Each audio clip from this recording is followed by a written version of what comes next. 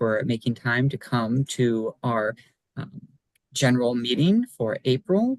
I'm going to hand it over to our Vice Chair, Emily, to do some of our introductory materials, and then we'll be checking for quorum. While Emily is doing these introductions, if you have not yet, please use the link that's in the chat and enter your voting code so that you can get credentialed for the meeting, and we can make sure that we have a quorum here for all the business we're going to be doing. And with that, I'll pass it over to Emily. Thanks, Ryan.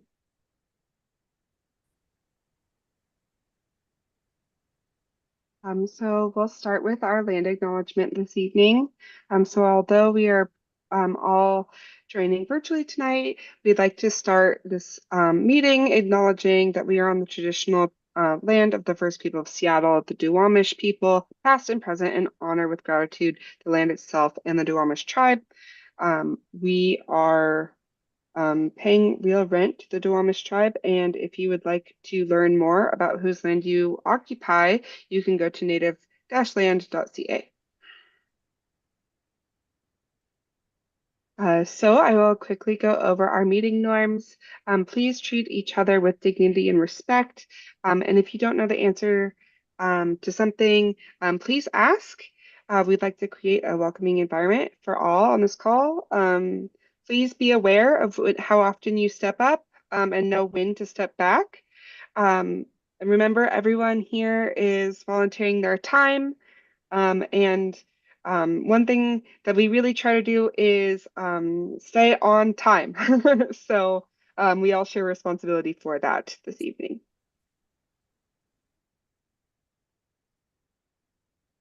So if you would like to seek the floor for any reason, please raise your hand. You can find that in the React button on Zoom. Our chair, Ryan, will call on raised hands in the order that they appear. If you are calling in from a phone, you can press *9 to raise your hand, and just make sure to lower those hands once you've spoken. And if we need to take a quick poll of the membership, you can opt to use the yes or no reaction also in that React button on Zoom. Whenever an item on the agenda will be voted on, we will disable the chat, but you can still message hosts directly. And if you are having any trouble finding your voting code, you can email tally@43rddemocrats.org. And we will also be streaming to YouTube. So we use Robert's Rules of Order for our meeting. It's a set of parliamentary procedures. You don't need to know all of the details of it, but if you'd like to contribute, please raise your hand and we can navigate from there.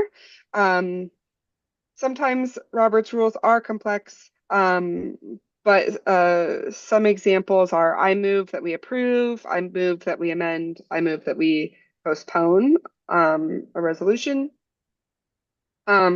You have a right to participate fully in our meetings, and we encourage you to do so. If you need us to slow down and explain what's going on, please just ask, and we're happy to do that. And if you are just the very best at Robert's rules, use those powers for good and consider the impacts of making complicated motions, because, again, it is our responsibility to stay on time. So these are some of the most common rules to know. So there's point of order, used when you think we aren't following the rules.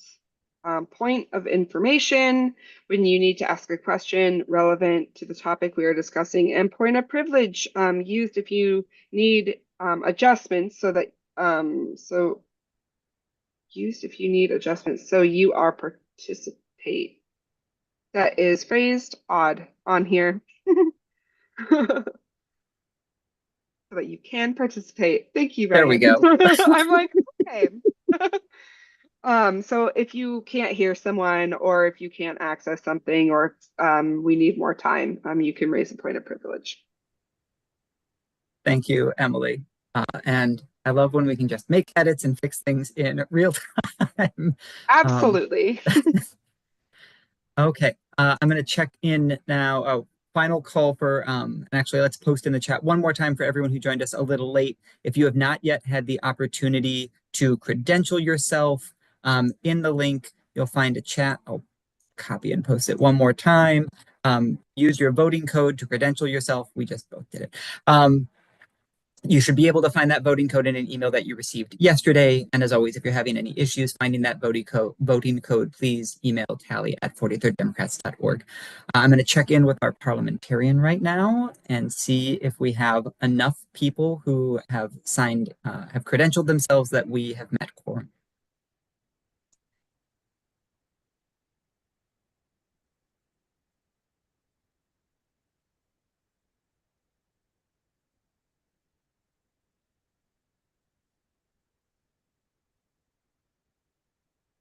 I think Liam is helping support a couple of people. Oh, Yep. It looks like we're currently 7 people shy of quorum. 7 people shy. Okay. Thank you. Continue. Again, if you are someone who just joined and you have not yet had the opportunity, please use that first link and go in and get yourself credentialed. We will give Liam a few more minutes because I know he's got a couple of requests that have come in for support to get that going. So we will move forward in our agenda. Let me also give everyone the link to the agenda so that you can follow along. There you go. So we'll hold off on approving our agenda and approving our minutes as we get enough people up for quorum. So again, if you're having any issues, please email tally@43rddemocrats.org. So we'll move on to the chair report. As I'm sure most of you heard, sadly, Frank Chop, longtime representative for the 43rd Democrats and former Speaker of the Washington House, passed recently. This is just a really, it's hard to speak to what a loss it is to lose Frank. Frank was such a powerful force in the, not just in the 43rd, in the state of Washington. He was such an incredible advocate for working people, for housing, and getting people the resources that they needed. He was an incredibly supportive mentor to many people that have gotten into politics in the past few decades. And so what I would like to do is just create a little bit of space for our members, because I know many of you have had relationships with Frank. So I'm just going to open up the floor for a few minutes for anyone who would like to just share an experience that they had with Frank, a particular memory, just share how they've been doing. Just create some space for all of us to recognize this passing and celebrate the amazing life that Frank lived and the amazing impact that he had in our community. So if anyone would like to share a few words, please feel free to use the raise hand feature, and you can come off of mute and share.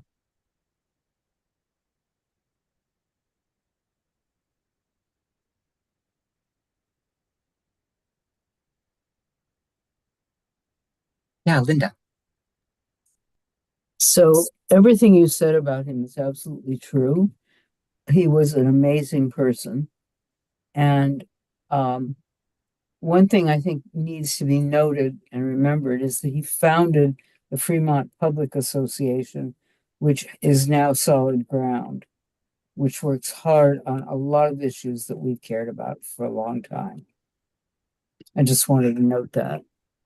Yeah, thank you, Linda. And in addition to that, he was he was foundational to not only helping to get, what is now Solid Ground, but many housing developers as they were working through the process and getting off the ground. I know he was instrumental in helping the Chief Seattle Club in a lot of their work of getting into housing. He was instrumental with the Seattle Social Housing Developer and was a huge proponent of them and helping them get off the ground. Yeah.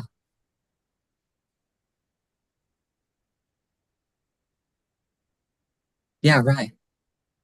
Yeah, I just want to share. I think about a month and a half ago, I had coffee with Frank at Cafe Vita, and it was very cute because he handed me this packet he said, Rye, I'm not retired. I'm still working on projects. I'm still working on things. And it was a packet of all these affordable housing projects that were in development or like coming to fruition, like over 30. And he went one by one and he was explaining to me how they work and like really being a continual mentor in our community. And I was shocked to see his passing. And I think, um, yeah, I'm just really sad to see him gone. And I now hold this packet with me wherever I go because it means a lot. Yeah. Thank you, Ryan. Yeah, Richard. Yeah, back in the heyday of the 43rd District Environmental Caucus, Frank came to our house and were we able to, the whole group, lobby him at least once. So he was willing to walk down the street. You know, we're both in Wallingford. Yeah, thank you, Rich. Yeah, always willing to engage. Yeah, Linda. And that sparked a memory. We went down to lobby him in Olympia on something, and he ended up lobbying us on a bill we didn't know about, which was sort of typical of the way he worked. It's very true. Awesome. Well, thank you all for sharing those experiences, those memories. If we hear any additional information, we'll pass it along to all of you as our members. Okay. Hard transition. So next up is our secretary report. Before I get to that, one more time, we're going to throw the link into the chat for credentialing. I know we've had a couple more people join us in the last few minutes. So if you have not yet already, please use the link in the chat to sign in. I think we're still about 2 or 3 members short of being at quorum so that we can approve our agendas from the last month. So throw that into the chat one more time. And as always, if you're having any issues, please make sure to email Tally@43rddems.org. Okay, report back. So Frederic, our secretary, is unfortunately unable to make it today, but he did send his secretary report. For those of you who maybe haven't made the last meeting or two, we're trying to incorporate a secretary report into each of our meetings, which is feedback that we receive from the resolutions that we pass when we send them out to our lawmakers or other people. We want to share back with you everything that is happening. So our secretary report from tonight. Frederic says, on the resolution calling our members of Congress to oppose Trump, we received a response from Senator Cantwell, who didn't commit to any blanket hold or similar action. She said, quote, I will continue to make careful consideration and independent judgments on each nominee based on a thorough review of his or her records and oppose those nominees who do not merit the Senate's consent. And Frederic says, I will contact her office again, given the developments of the past month, to ask if she'll reconsider her position. And then on the resolution affirming transgender rights, Senator Peterson pointed me to his public statement in support of A.G. Brown's legal challenge to Trump's executive order regarding gender affirming care. And I will copy the link to Senator Peterson's statement and throw it into the chat so that you can all see it there. Okay. Yeah, Liam. We have a quorum. Excellent. Yay. Okay. So first thing that I will do is I would entertain a motion to approve the agenda that we've already started to move our way through. Motion to approve. Thank you. Linda, I'll take your hand up as a second. Any opposed to approving the agenda? Any opposed? Any opposed? The agenda is approved. Thank you all. Next up is approval of our minutes from March 2025. Let me copy that link in here for you all. And I would entertain a motion to approve the minutes from March 2025. So moved. Do I have a second? Justin, I see a hands up for a second. Any opposed? Any opposed? Any opposed? Okay. Approval of the minutes from March. And for those of you who have not yet been checking out our minutes, Frederic is like a minutes master, and his minutes have been excellent. So Highly recommend checking those out if you're interested. And then finally, I'm going to throw our agenda for today into the chat for those people who joined a little bit later, so you can be following along as we go. Okay, next up, super exciting. I'm going to pass it over to our fundraising chair, Derek, for an exciting announcement. All right. Well, thank you, Ryan. First, I wanted to talk about a little informal fun event we did at Linda's last Tuesday. We had 20 people come out. It was the first time we did it. We only really had 1 day's notice to get the email out. We'll have more notice. This is something we're going to do every month. I'm very thankful for everybody that came and made it an incredible success. I look forward to, and it's completely casual, no Robert's Rules of Order, no resolutions, no agenda, just talking to people and having a good time. And that was last Tuesday. But the big announcement, when I ran for fundraising chair, it was very important to me that we brought back one of the best events that any LD throws in Washington State, and that's right here in the 43rd legislative district, and that's our Ballots and Bubbly event. And that will be that's coming back. The last one we had was in 2019. And that's going to be back, and that'll be in place of our meeting next month. So that will be on May 20th from 6 p.m. to 8:30 p.m. That's going to be at Seattle Central Community College, or Seattle Central College now, at the Atrium, which is right off of 1701 Broadway. So you take the bus, you can take the light rail, you can take the streetcar. So many ways to get there without having to drive. Excellent location. And for those who may have never been to a Ballots and Bubbly before, it's an informal straw poll that we do. It's a ticketed event because will provide food and beverages, all sorts of bubbly for you, and you'll get voting tickets. And for each race, it's a straw poll, and you can put as many tickets as you'd like. You can purchase more tickets. So maybe you're a big fan of Port Commissioner Hamdi Muhammad, like I am. Maybe you want to throw all your tickets into Hamdi's shoebox and vote for her. Maybe you want to buy extra, make sure she's the lead vote getter. It's up to you. It's just a really fun, casual event. We have we invite the candidates to show up and speak, and it's in a more informal in-person meeting. You can have more informal conversations, and then at the end of the night around 8:30 we tally up all the votes and all the different shoe boxes, and we will announce who is the winner of the different races in the 43rd for Ballots and Bubbly.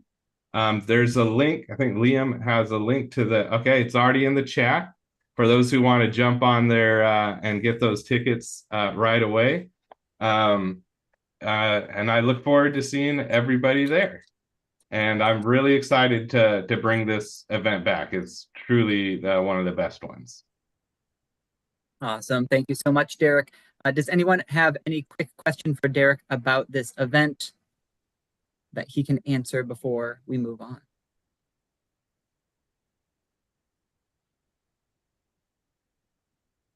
Okay. Well, if you think of anything, you can always reach out to us, and we will, of course, be emailing out some reminders to all of you. This Ballots and Bubbly event is going to take the place of our May general meeting, so we will not have a May general meeting, and instead we are meeting on the same date of when our May general meeting would be.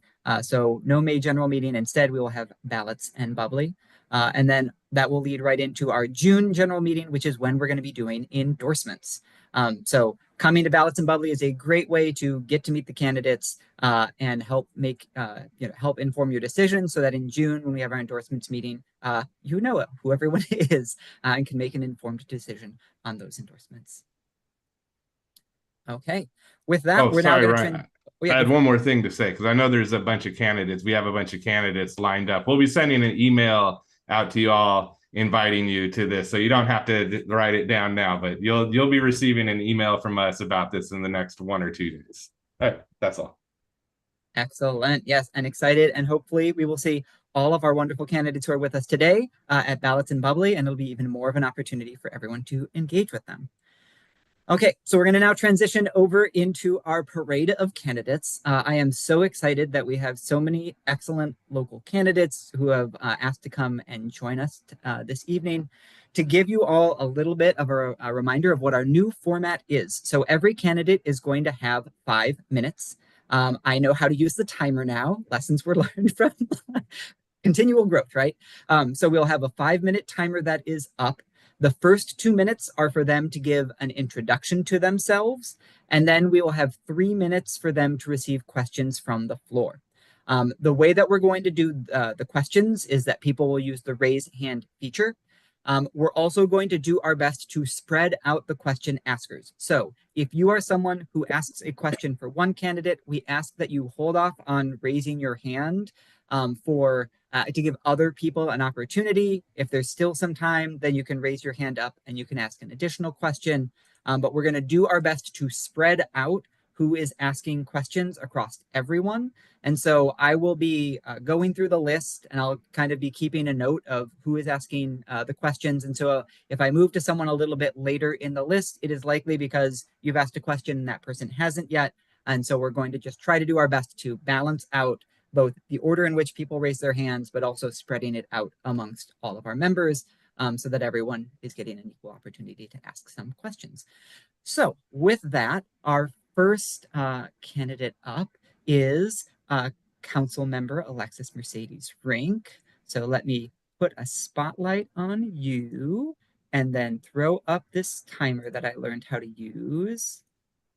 I say this, and now I have to actually make it work. Okay, and again, 2 minutes to give an introduction, and then we'll take a few questions. Amazing. Well, hi, everyone. My name is Alexis Mercedes Rink. I'm a renter who gets to work on the G line every day, where I have the honor to represent the office of Position 8, the People's Office. My journey reflects the promise of our city, a place where opportunity can flourish, even as we face a federal administration hostile to everything we stand for. In times of national strife, Seattle must stand as a beacon of hope and resilience as we confront an administration determined to attack immigrants and protect the wealthy and at the expense of working people.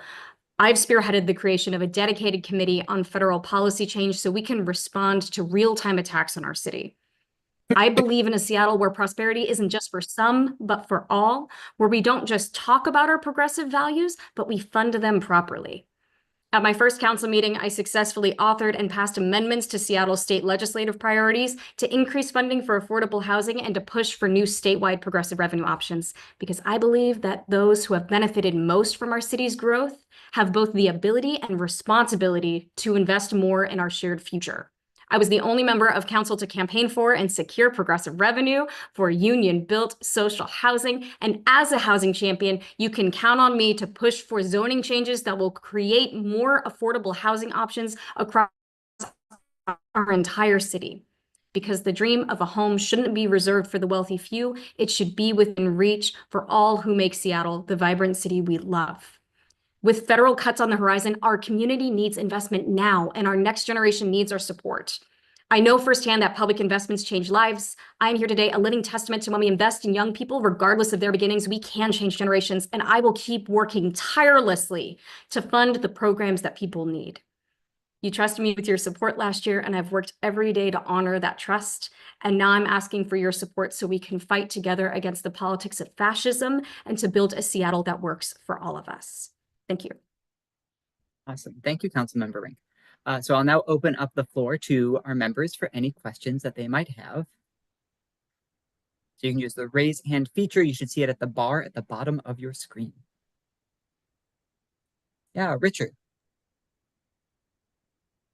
Seattle is a C40 city, which means only 40 cities in the world are supposed to be the leaders on climate. So how can we drag the council kicking and screaming into being real climate champions, since what they did instead was raid jumpstart funds and take away climate funds?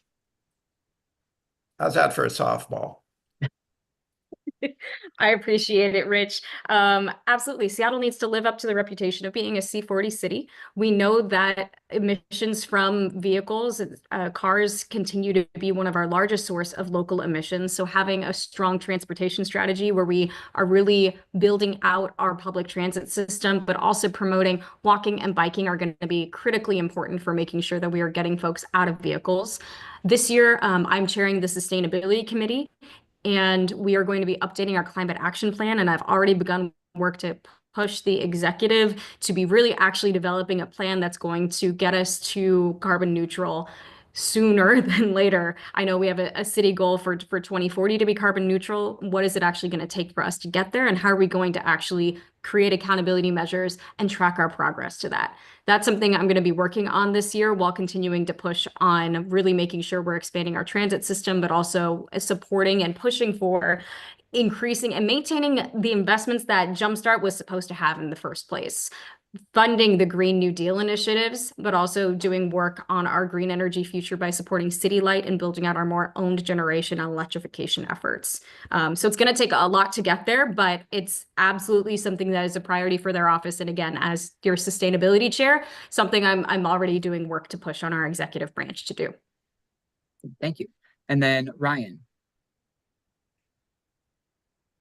Hi, council member. I've been following along with the debate and discussion in regards to the rezoning of the port area, and I was curious if you could explain your vote in regards to that after you spend a significant amount of time talking about the need to create more housing in the city of Seattle. I would be curious to hear how you like explain that vote in context of what you said prior. Thank you. Absolutely. I appreciate that question because it was absolutely a really challenging situation to be working through. Sorry, is there music? Sorry, that's the timer. You can, if you want to give a very quick response. This one doesn't have a quick response. I was very critical of the process from the beginning. This was a piece of legislation that was intentionally put in the inappropriate committee to begin with. As a member of the land use committee, I flagged early on to say it's strange that we're putting this in the governance and accountability committee when it's very clearly a piece of land use legislation. It was on an extremely expedited process to the point where to the day of the vote, we continued to have issues coming up, new information coming up. And I had been working alongside both sides of labor to try and convene a table to work out a compromise solution.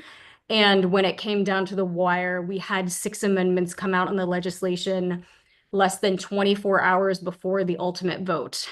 I've committed to working to be governing alongside the people, and I called for a pause. I called for wanting to be able to take our time to complete some of the analysis on some of these measures, and was not granted that. And overall, I think the main thing about the vote that I would say is the process from the beginning did not allow for us to be able to do the work that we needed. And there were a number of issues that continue to come up.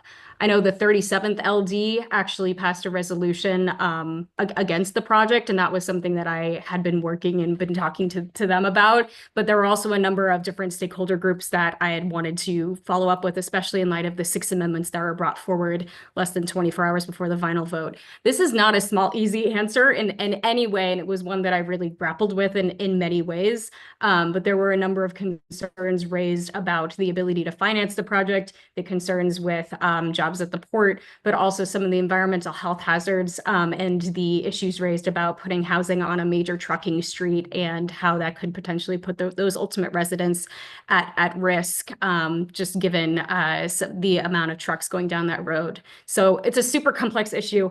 It was probably the hardest vote I've had to take so far in this role.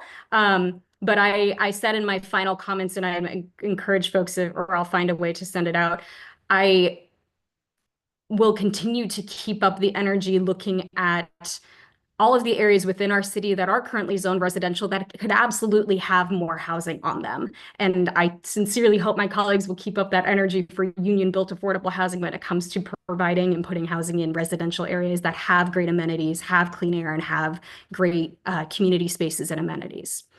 Awesome. Thank you so much, Councilmember Rank. And I know that that was a lot to try to cram into that short amount of time. If you'd like to, feel free to share your contact information for anyone who'd like to ask additional follow-up questions into the chat, and we will make sure that all of our members get that. And thank you again so much for joining us. Thanks for having me. Okay. Our next candidate up is Dion Foster. Dion, if you could just raise your hand so I can find you in the sea of people. There we are. Okay, excellent. I'm going to put a spotlight on you. And then just as a reminder, I'm going to put up a 5-minute timer. The first 2 minutes are for you to give an introduction for yourself, and then we'll have 3 minutes for some questions from our members. So when you're ready, go ahead. Okay, excellent. Thank you so much. There's the timer. Okay. Hi, thank you for having me. My name is Dion Foster, and I am running to represent you on Seattle City Council Position 9. I'm running because our city faces tremendous external threats, and we have a council president who I believe is too focused on a narrow political agenda to deliver for the people of Seattle. At this moment, I believe we need a city council that is going to take bold action to address the changes that we all see and feel on public safety, on affordable housing, on climate resilience, and on the threats from the federal government. For me, this work is tremendously personal. I've got both the lived and professional experience to take this on. I worked 2 jobs in high school and helped start paying bills when I was just 16. I was on Apple Health when I had my son and struggled with finding affordable childcare. And I'm a trained social worker and a nonprofit executive now, as well as somebody who's had experience working in City Hall. In my current role as the Executive Director of Progress Alliance, I've spent the last 4.5 years investing in building progressive power across Washington. We help pass and defend the state capital gains tax that makes sure that the wealthy pay their fair share and invest resources into schools and childcare. We also help pass the Working Families Tax Credit, which puts money back into the pockets of working people. Last year, my opponent tried to repeal worker protections and minimum wage standards. I was working alongside the unions and other leaders who were stopping the council from lowering wages and protections for gig workers, many of whom are women and people of color. And as we face down the prospect of government overreach, I think it's really important that we have leaders who will stand up for our shared values in our city. I am proudly the only candidate in this race endorsed by MLK Labor, 12 members of the legislature, including Representative Macri and John Scott. And as I look forward, I'm excited to get to work on fighting for inclusion and density for our city, working to deliver on our climate goals, and ensuring that we have real public safety everywhere in the city for everyone. So thank you so much for having me. Thank you so much for joining us. And now I will turn it over to our members. Again, if you use the raise hand feature, if anyone would like to ask a question.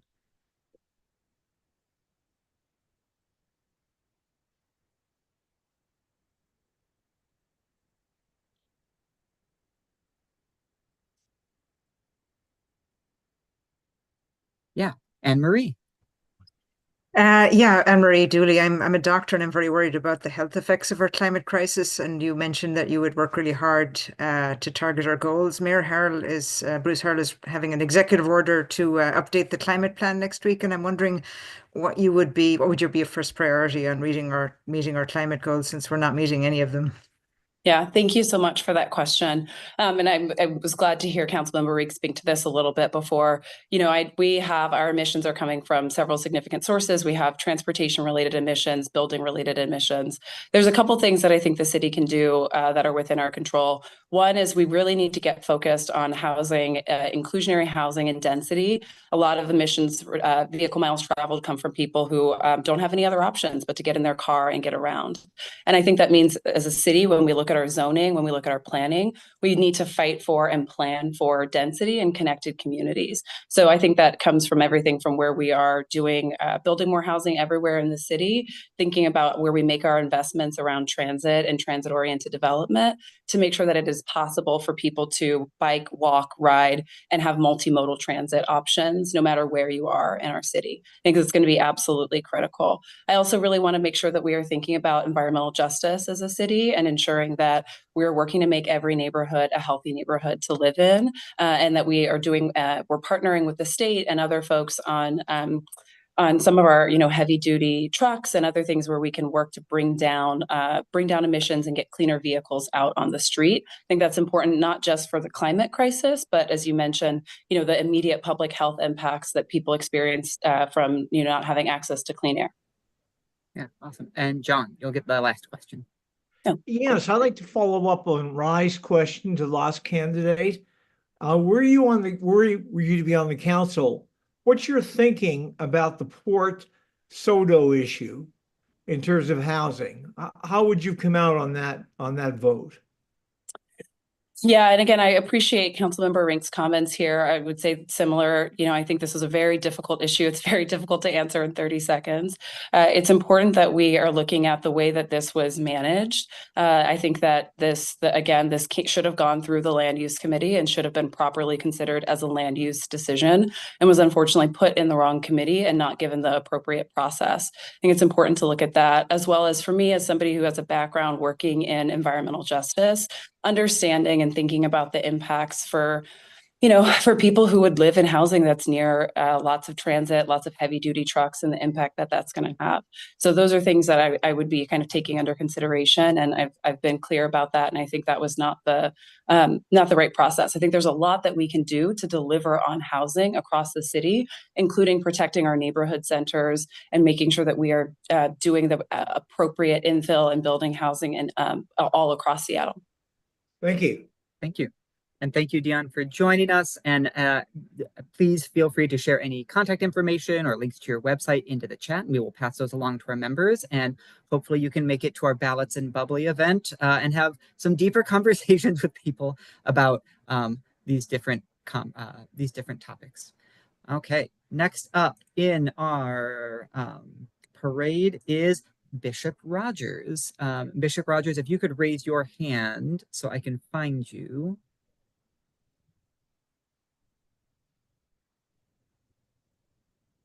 I saw him join earlier.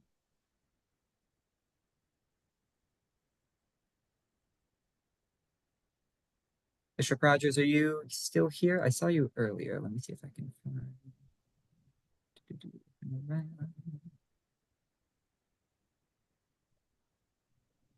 Oh, he might have had to pop off. So we will circle back to him and see if we can get him in a little bit later. So next we will move on to, it says Bruce Harrell, but I know Bruce wasn't able to make it.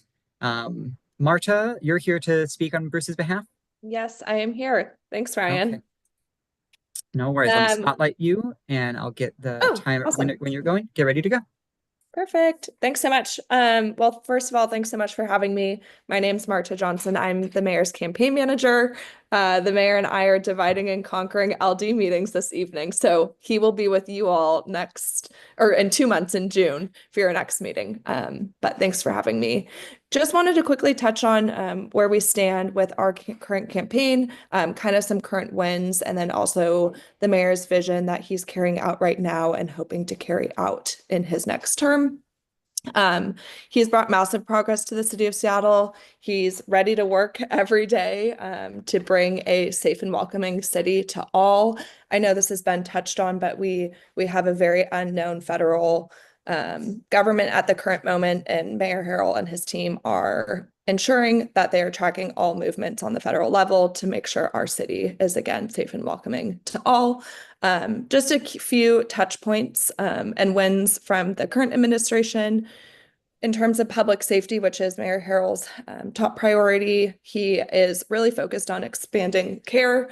The CARE team, which a lot of folks know is another kind of third way to call in for help. And in the last 2 years, the city has more than tripled the number of CARE departments responders that are out in the community, and they have helped serve community members across more than 1,700 events. That is just the beginning of that. I know the CARE expansion is another thing that he plans to continue moving forward. And then moving on quickly, I know time's short, but affordability, again, this is another big one, but there is a comp plan that the mayor has put forward called the One Seattle Comp Plan. And this is going to double our zoning capacity for housing, leading to affordability. This will allow for capacity of up to 330,000 units and will create at least 120,000 homes. This will come anywhere from duplexes and triplexes, and also allow us to have more dense and walkable neighborhood centers. Lastly, another big priority that the mayor is focusing on now, and again, will continue to focus on in a second term, is transportation and transit safety. I know this is something that is pressing on a lot of folks' minds as they travel throughout our city. In his current administration, he's proposed and passed an unprecedented $1.55 billion transportation levy, and $9 million of this goes directly to transit safety. And then also ensuring more folks are able to access transportation. He's issued an executive order to expedite the delivery of light rail station expansion to Ballard and West Seattle. So again, just trying to create a welcoming city that's also accessible for all. Lastly, Mayor Harrell is proud to be endorsed by 90+ elected officials and community leaders at the moment. That list is growing every day, and we have also welcomed a lot of support from major unions and labor organizations. A lot of this can't be done without you all, so I will pop more information into the chat about how to get involved, but thank you all for your time. Awesome. Thank you, Marta. And would you be open to a question, or is that? Oh, of course. I was going to say, if I can't get them, I'll text the mayor, and then I'll get the email for whoever asked it. Excellent. And I can Okay. So Paul, you are up first. Yeah. Hi, Paul Chapman, PCO in the 43rd. Hi, Paul. My question is, Mayor Harrell pulled the gun on someone in a casino. He supported a sexual abuser as mayor. He defended wage theft at his men's only club. He promised to build housing immediately as mayor while ridiculing bike lanes. He's not built any more housing than would have been otherwise built. He fought against progressive revenue as a council member. And as mayor, he took $40 million from affordable housing to pay cops more. He fought against progressive revenue for housing as mayor with a dishonest campaign against social housing. His niece has highlighted that he's tolerated, if not created, a toxic, sexist workplace. He's praised Elon Musk. With this track record, why should the 43rd entrust him with a second term as mayor? I'm more than happy to get you a detailed response on that, Paul. And he will also be here in June, so he's happy to answer questions directly. He is looking for the 43rd Dems support as he's helping move and unite our city forward. I think he would say that, again, we've seen massive progress on public safety. Affordability is, we're hoping to improve that. And also with federal level threats, he is. Sorry, that's our. Sorry. Please finish up your response. Oh, okay. He is ready to protect our city and continue to, can you hear me? Sorry, okay. He's ready to protect us and continue bringing folks together. But again, Paul, I will get you a more detailed response on those questions. All right, Awesome. put the Thank question you, in the chat to you. Thank you. Okay. Yep. Thank you. So yeah, Marta, please share your contact information in the chat, and we'll share it out with our members. And I apologize to everyone else who had their hand up, but that is our 5 minutes. And hopefully you'll have more of an opportunity to engage with the mayor in the near future. Okay. Next up, we're going to go, let me remove the spotlight. I'm going to see if Bishop Rogers has joined us again. I know he was here earlier. Bishop Rogers, are you here? Not seeing him right now. So next is Rye Armstrong. So Rye, I see you. You don't have to raise your hand. Haha. Okay. And you know the drill now, 2 minutes and then 3 for questions. So when you're ready. Thanks, Ryan. You know, I'm honored to be before you today as a third-generation union worker and elected counselor for my own union, representing 50,000 members and on a $75 million budget for the entire Western United States.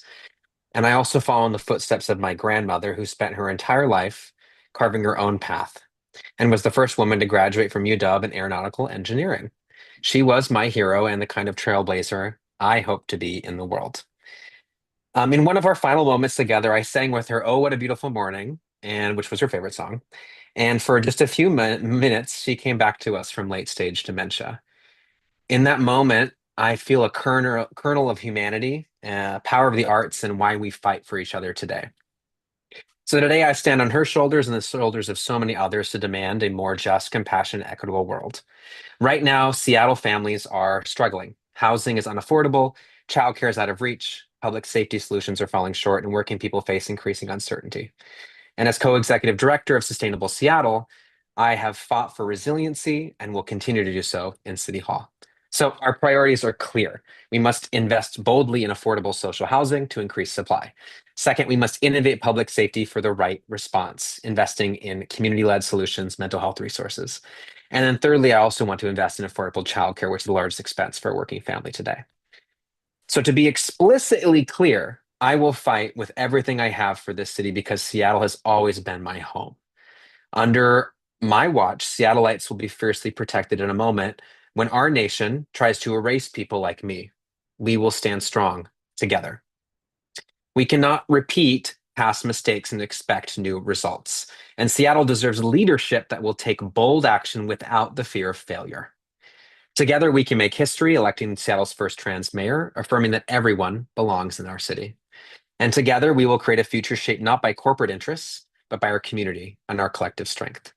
And together as Democrats, we can put people first. My name is Rye Armstrong, and I hope for your support for mayor. Thank you, Rye. And with that, we will open it up to questions from our members, starting with Ben Furlow. Hey, Ben.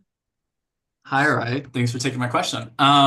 So now that social housing has won 2 back-to-back elections, most recently winning over 63% of the vote, what are some specific resources and policies that, as mayor, you'd be looking at to support the Seattle social housing developer, such as transferring city-owned land, for example? Yeah, I think we have a bonding capacity that we can support more housing projects faster. I also think we have a lot of city, county, and state land that we can leverage for social housing development and or buildings that we can push for social housing development. I think the social housing developer, I was proud to be on the coalition and help with the mailers for that campaign. Specifically, I think we need to embrace and trust this developer, specifically their great CEO, and his experience in that space to be leaders in this sector. It's working around the world, and also just an increase in supply in general, like in Austin and in Minneapolis, you're seeing rents go down. So I would want to lean on the experts, put them in my close circle, if not as a deputy mayor, and make sure that we're using this tool that the voters have voted for. Love it. Thank you. Thank you, Rye. We've got time for one more question. If we have another person who's got a question for Rye.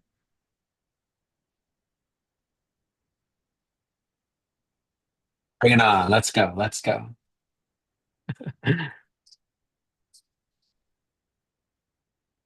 Okay. Well, Great. Thank you, Rye, so much for joining us. And please share your contact information in the chat. And we'll make sure that we get it to all of our members. I'm sure that they're going to think of a question right after we move on and want to be able to reach out and ask you about it. Sounds great. Thanks, everyone. Thank you. Okay. And then next we have Katie Wilson. I saw her earlier. Oh, there, waving. Thank you for waving. Makes it easier to find. Okay. And Katie, reminder as with everyone, 2 minutes for introductions and then 3 for questions. So when you feel ready, go ahead. Okay. Hello, everyone. Wonderful to be here with you today. My name is Katie Wilson, and I'm running for Seattle Mayor.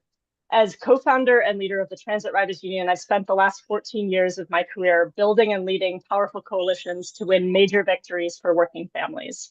Orca Lyft and other programs that give hundreds of thousands of transit riders access to affordable transit, stronger protections for renters in 8 jurisdictions around King County, including Seattle, the highest minimum wage in the country in Tequila, Renton, Burien, and unincorporated King County, the Jumpstart Payroll Expense Tax, Seattle's landmark tax on wealthy corporations, which is the reason why the city did not have to make devastating cuts during the COVID pandemic and in last year's budget process, and much more.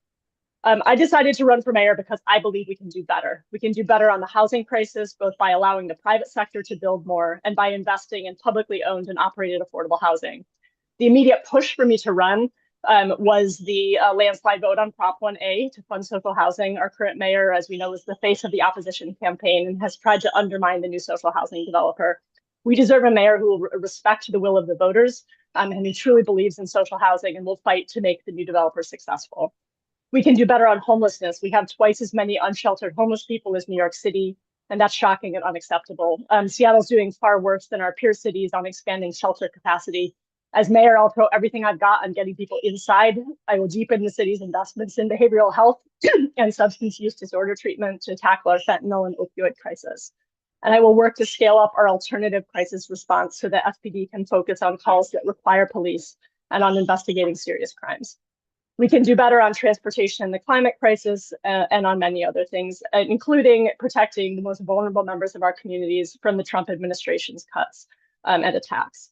I also promise to hire and appoint people who will join me in leading with integrity and putting the interests of constituents first. I'm a renter, a transit rider, and a working mom. With your support, we can have a true champion for working families and a coalition builder in the mayor's office. I would be honored to have your support in this race. Awesome. Thank you, Katie.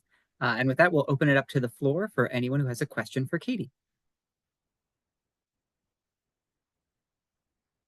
Yeah, Shobit. Hi, I'm a constituent of 43rd, and I live in a condo. And a lot of people in 43rd live in apartments and condos, and most of them have more than 8 units. As you know, apart from Tesla, as we all try to have more electric vehicles, use public transportation, a lot of these older buildings which were built before, say, 2020, do not have the infrastructure to have multiple electric vehicles charge at the same time. Currently, the Seattle City Light only has a program for buildings up to size 8 or 10, and most of them are the new townhomes that are being built where they can, subsidize electric car building infrastructure, but not for these bigger condos and housing. And this is a question for everybody running at a city level. What is the plan from Seattle City Light that you foresee to enable the infrastructure for these legacy houses and apartments such that we all can actually leverage the infrastructure in non-Tesla electric cars we can, develop and use? Yeah, that's a good question. And to be very honest, I'm not an expert in this area, so I want to learn more about that. And sorry, I have a screaming toddler outside. Yeah, I mean, I agree that that's a problem, and we need to be upgrading our charging infrastructure. And you shouldn't have to have a Tesla to be able to charge your electric car near your home. So yeah, I'll put my email in the chat, and very happy to hear more. Awesome. Thank you. And next up is Charlotte.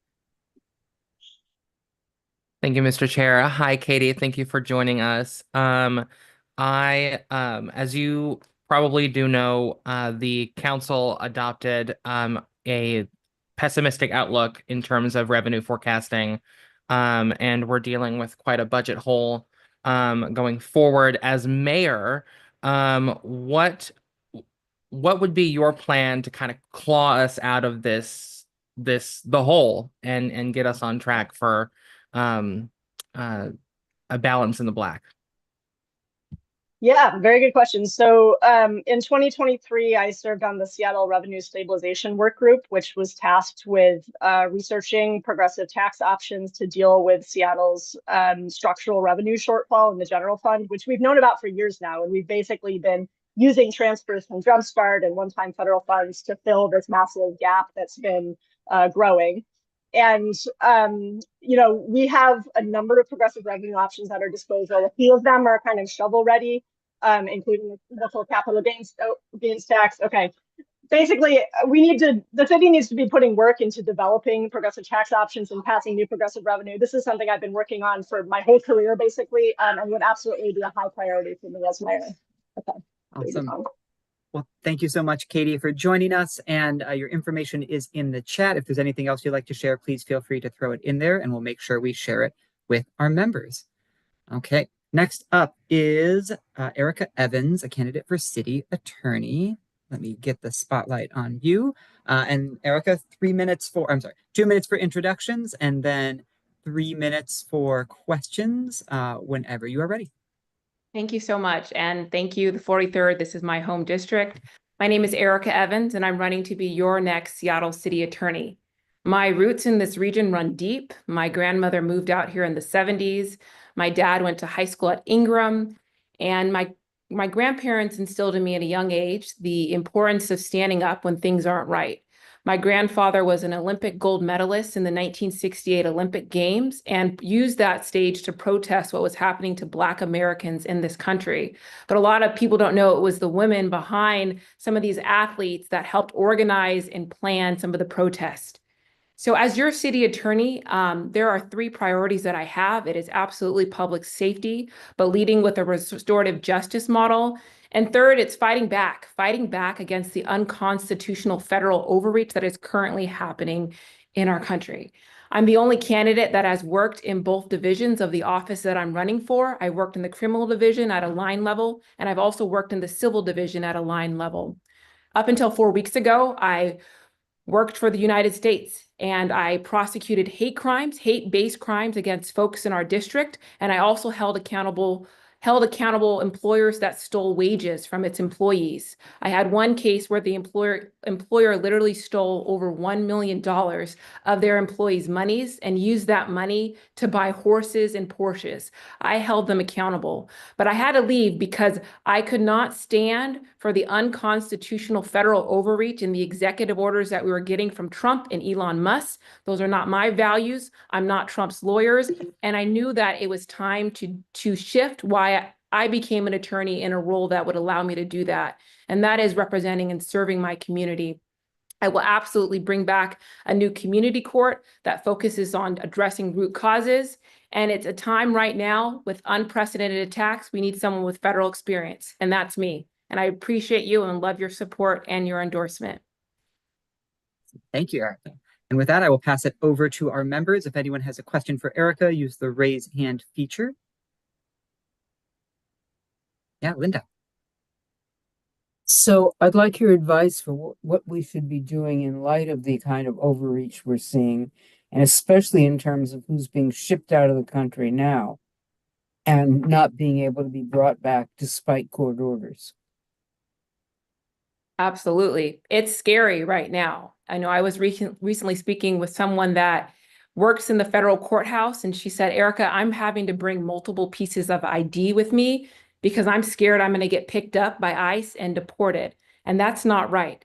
And I think a big thing is standing up whether it's working with our attorney general when it affects us in the city of Seattle. Those are priorities I've worked with the attorney general our current attorney general when I was in the U.S. Attorney's Office, and those values of fighting back and ensuring we're all safe and we can thrive are exactly what I will bring and the experience I have. Thank you. So thank you for the question, Linda. Yeah, next question is from Dean. Thanks, Erica. In addition to your focus on the criminal division, what would be your priorities in the civil litigation side of your role? Thank you for that. I would say there's 2 things that immediately come to mind. It is beefing up an affirmative litigation group that is going to be addressing proactively things that are happening from the federal government that affect our constitutional rights.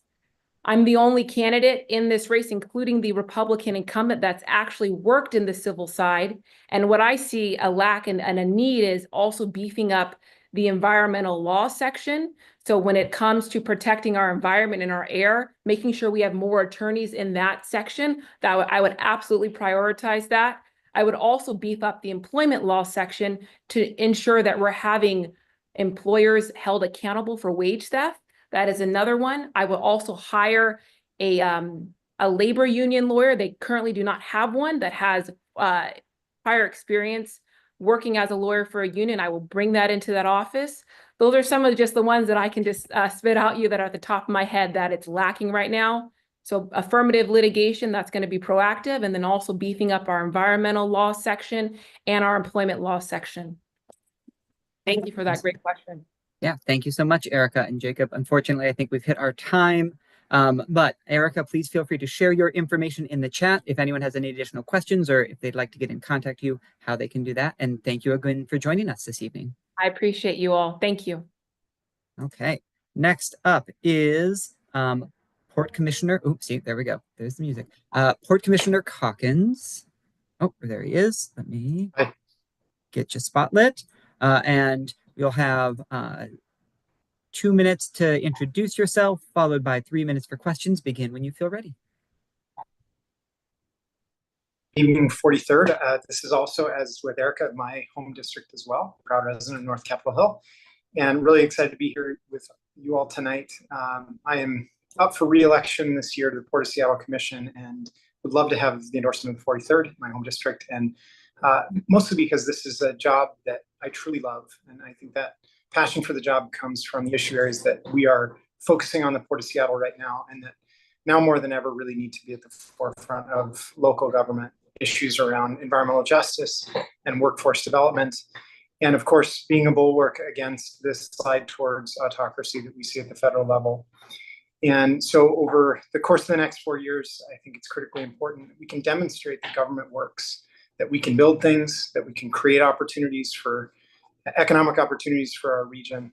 And I think for that reason, it's why I've received the endorsement of so many of our currently elected leaders, as well as labor unions representing everything from firefighters to Puget Sound pilots to building trades and others. And I'm particularly proud of the work that we've done this last year in becoming not just a regional or national leader in environmental issues, but now we're really recognized as a global leader amongst ports. In fact, this year I had the opportunity to attend the UN General Assembly and speak on a panel there about the work that we've done in the development of green corridors. And this year I will be attending UN Oceans Conference, again, to highlight some of the elements that we've adapted at the Port of Seattle to really push what ports are able to do in aviation and maritime to introduce the green economy. Beyond that, I think we even have an opportunity to build the green economy here, literally manufacture elements of the green economy using our highly skilled workforce, our know-how, and the natural attributes that we have as a deep water port. So thank you all for your time, and I'd love to take some questions. Excellent. Yeah, and opening it up to questions from our members. Again, use the raise hand feature. And I appreciate that. Oh, yeah, Dean, go for it. Thanks for joining us tonight. The Port of Seattle, rather, is suing the city of Seattle over the decision to develop land nearby the port. What is your thinking on the issue, and why is that moving forward? As the city of Seattle grows and we have an intense need for new housing, I am absolutely sympathetic to the city council's need to find new places to build housing.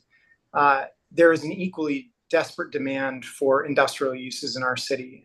And so taking the roughly 12% of the city that remains in industrial uses and diminishing that further, we think is a mistake.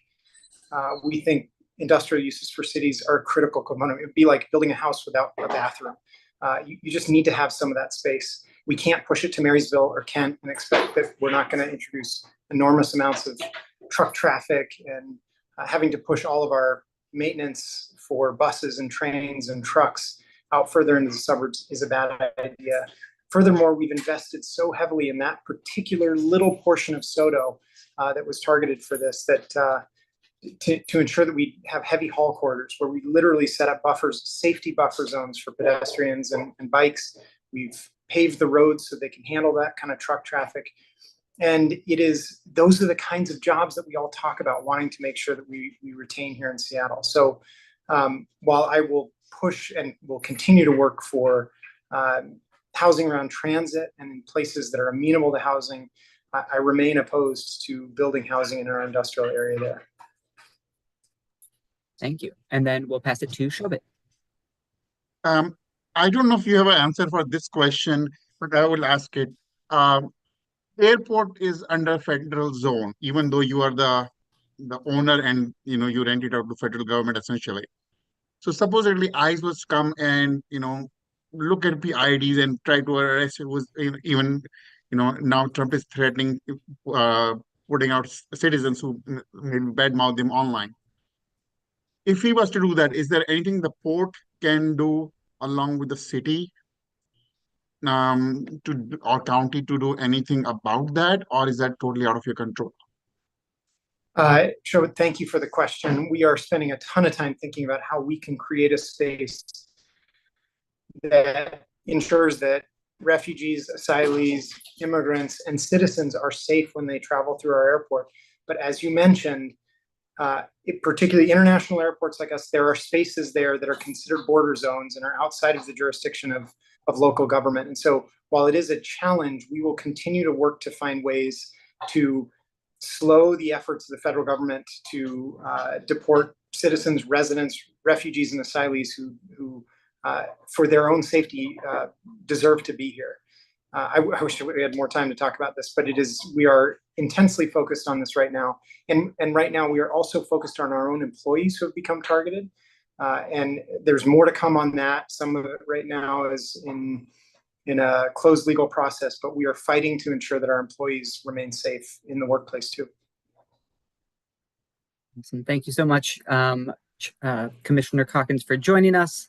If you have any contact information that you'd like to share with our members, please feel free to throw that into the chat so they can get in contact with you if they have any additional questions. And hopefully you can join us on May 20th for our Ballots and Bubbly events. You can have even deeper conversations with everyone on these Would love topics. to. It's a great event.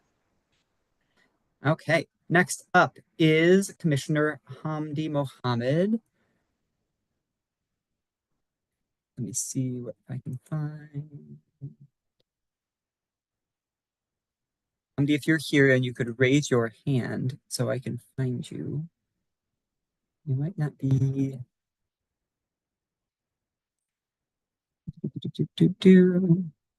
I'm not seeing them here right now, so we will circle back. I know a lot of our candidates are trying to balance 2 or 3 different LD meetings this evening, so they might be a little bit late as they're jumping around. Speaking of which, our next candidate up is Landon, who I know was also balancing multiple meetings tonight. So let me put the spotlight on you, Landon. You'll have 2 minutes to do some introductions and then 3 for questions, and I'll pass it to you. Awesome. Thank you. Hello, LD43. Good to see you all. Yes, I'm jumping right back from jumping around everywhere. I am running for the Seattle School Board here in Area 5. So that encompasses Capitol Hill all the way down to the I-90. It goes over to East Lake up to Montlake, Madrona, that whole swath right there. I am running because we need to elect people who understand the importance of public education as well as transparency when it comes to leadership positions at the school board. I am a proud son of 2 educators. My mom was in education for about 15 years, and my dad was in education for about 27 years. I have worked in youth advocacy and development for 11 years, and I have seen firsthand what happens when we do not invest in our young people. We need to be strong advocates right now at the national level. We see education pretty much being attacked every which way in every direction pretty much daily. If we look at the state level, we have never funded public education in the state of Washington fully. It's always been delinquent with our state funding. And if we look at the Seattle School Board and the Seattle School District, we do not have transparency in the budget. We do not have transparency in the decision-making processes that are happening. And we just have a lack of clarity on things that are happening at the school district.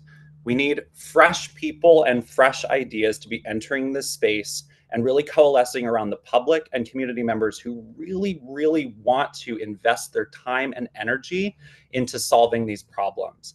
When we all come together to invest in our young people, we have better outcomes for the community. If you look at any issue we have, homelessness, mental health issues, if we catch that early in a K through 12 education space, we will have better outcomes for our communities. I believe that was 2 minutes. Does any, I guess, Charlotte, you have your hand raised. Sorry, Ryan, I'll take it over. No. I'm happy to let you, go for it. Thank you. Hi, Landon. I would be a constituent of yours if you are elected. And if I'm correct, you're running for the seat that Michelle Sarju currently holds. Correct. Is she standing down? I thought she was still running. She is not running. She's made it very publicly known that she has however many weeks she has left.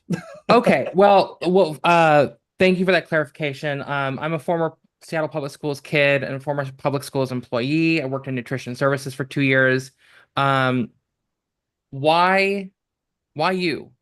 What has, I know you kind of already laid it out. Kind of what, I'm sorry. Why you, I suppose? I can answer why me. Why me? If we look at the Seattle School District and SPS, it has this feeling that we have lost the soul of public education. The issues that are currently present in the Seattle School District have been present for decades, literal decades. If you look back at the meetings and the problems we have had in the 90s, in the early aughts, in the teens, it is the same problems over and over again. Lack of transparency, lack of community involvement, lack of communication to parents and families and all of us here in the public, to about 50,000 kids. That whole entire institution, the same problems it's like a revolving door. I bring a fresh perspective. I bring over a decade of experience in youth advocacy and development. And I know that I can create coalitions of people to make these problems or to solve these problems. The other candidates do not bring that fresh perspective. And that's why me and why now. Thank you. And then our final question will come from Shobit. And so this is a question to probably all school candidates. As you said, we have 52,000 children going to school in Seattle area, which is basically 1 in 15 people in Seattle go to school, compared to the statewide, which is 1 in 7. So Seattle has the fewest number of childbearing families who are going to school. There are a lot more single and non-kid bearing families. And as we increase density, because there'll be more preponderance of studio and 1-bedroom houses, it's more likely that we'll tilt towards more percentage of population not having kids. How do we manage those two priorities of having higher density but maintaining schools fully funded at the same time where the percentage of population with the kids in school is actually dropping? Or do we need to economize and consolidate schools, make it more efficient? I'm glad you asked, Ryan. I'll make this quick because I know my time is short. We need to be collaborating as a school district, as a city, as a county, and as a state. Right now, those communications between those organizations and those institutions does not exist. If you ask anybody at the city, county, or the state, Seattle Public Schools is not really in the conversation at any of those institutions. Pipeline of communication, we can address these problems of how do we attract more families into the Seattle School District? Well, like you just said, if we build more housing that can support families and actually create a sustainable living here in Seattle, an affordable living here in Seattle, in combination with that, I am not supportive of closing schools. If you look at closing schools, it is a fraction. It is barely any money when you close schools, because if you think about it, we are putting those teachers elsewhere and we have to take care of the buildings if they're closed down. What I would rather do is find ways to enhance programming at schools, to expand options, to allow more like band, arts, sports, after school programs, getting kids more opportunity to have outside like extracurriculars that will attract more people to the school district, thus keeping our funding. When we closed schools the last round, I believe it was 2008, correct me if I'm wrong, it was a nightmare and a failure, and it didn't work. It actually cost the school district more money to close schools. I'm happy to go into it further. I would love to jump on a conversation, but I don't want to take everybody's time up. I'll put all my information in the chat, and please reach out to me. I'm more than happy to answer more questions. Thank you, Landon. And yes, follow up in the chat for anyone who would like to continue this conversation with Landon. Our last candidate up this evening is Laura Marie Rivera. Let me put a spotlight on you and get a timer ready. Oh no, my timer. Okay. Okay, when you are ready, feel free. Thank you. I'm Laura Marie Rivera, and I'm running for Seattle School Board District 4 because our kids and our future are too important to leave in the hands of a system that's just not working. Let's be honest, if we had truly prioritized education over the past 20, 30, 40 years, our country would not be in the state that it's in today. That's not just about test scores, it's about values, opportunity, and justice. I'm not here for politics, I'm here for the kids. As a mom of 4 Seattle Public School students, a nonprofit leader, and the only educator in this race, I bring something to the board that we have too little of: direct classroom experience. I've taught in overcrowded schools, in arts and tech programs, in special education, and inclusive classrooms. I know the difference between a policy that sounds good and a policy that works. Right now, the district is at a crossroads. Families and educators are frustrated, the budget is broken, trust is low, and too often decisions are being made without truly listening to the people most affected, especially the students. Here's what I'll prioritize. Number 1, budget, safety, and student wellness. These are not optional, they are the foundation. Number 2, centering students in every decision. Each child comes with unique strengths, challenges, hopes, and dreams, and we must build a system that honors them all. And number 3, we need to invest in what helps students thrive. That means music and art, dual language immersion, advanced math, hands-on technical programs, special education, and particular care for those students furthest from educational justice. We have the future doctors, nurses, engineers, teachers, and leaders sitting in our classrooms right now. They deserve more than broken promises. They deserve a school system that sees them and sets them up to succeed. I'm Laura Marie Rivera, and I am showing up with experience, compassion, and a fierce commitment to change. I'm asking for your support because we cannot afford to let things continue the way they've been going. Thank you. Thank you, Laura. And with that, we will open it up to questions from our members.